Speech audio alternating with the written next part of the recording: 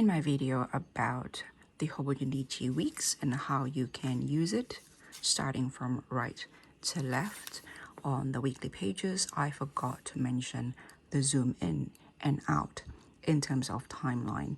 If you remember from my last video, I said plan over here, anchor the appointment over here, and everything else that can be rejigged within that week are planned around fixed anchored appointments on this side.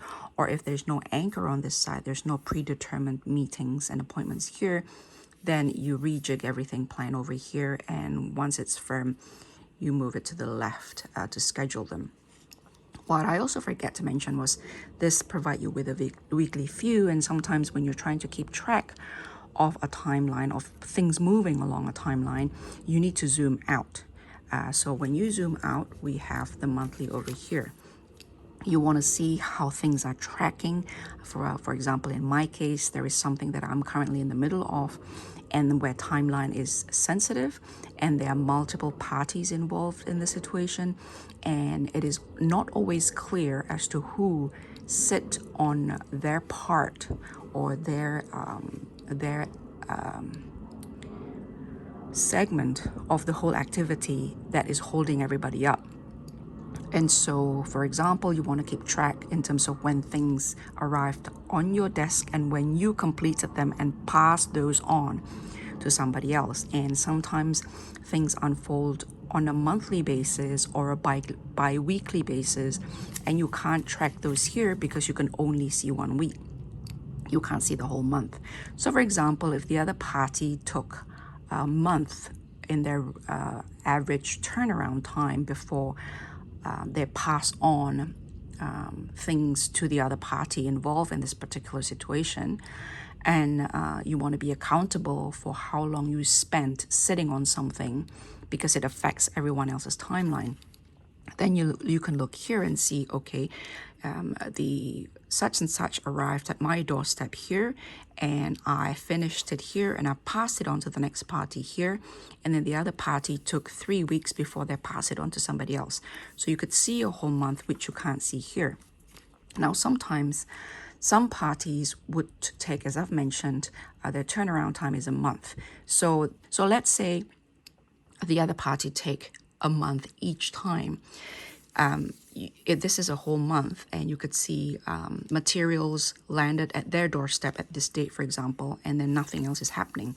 And if you look at a monthly tracking like this, you can't see anything because you can only see item being delivered to their doorstep here, and then there's nothing else. Then you need to move over to this one here, because here you can see material landed at their doorstep here, and they didn't get back to us until here, and then they pass it on to somebody else until here, and then from there it moves across here. It takes over a month, and then it takes less than a month here. Do you know what I mean? It can track things across the months within the one page, and so you could clearly see where the item is sitting for how long across the months in a way that you can't do when the view is just a month. So effectively, this is a zoom out, zoom in, zoom in, zoom out, zoom out, zoom in, zoom in. This is why I think the weekly is underrated, because it packs such a punch for such a small planner. It is light, it is small. This is actually really light and really compact, and it can be a bit cramped, as you could see from my blood pressure log. The activities are very that, for example, is very packed, so it can be a little bit claustrophobic,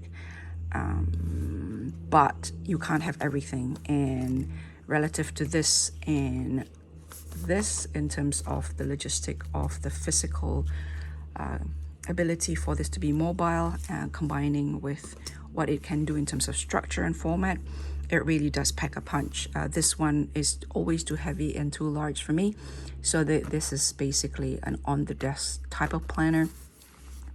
And the A6 is a traveling when every day unfolds quite intensively for a short period of time. That's for me anyway. So anyway, I will leave it at that. Bye.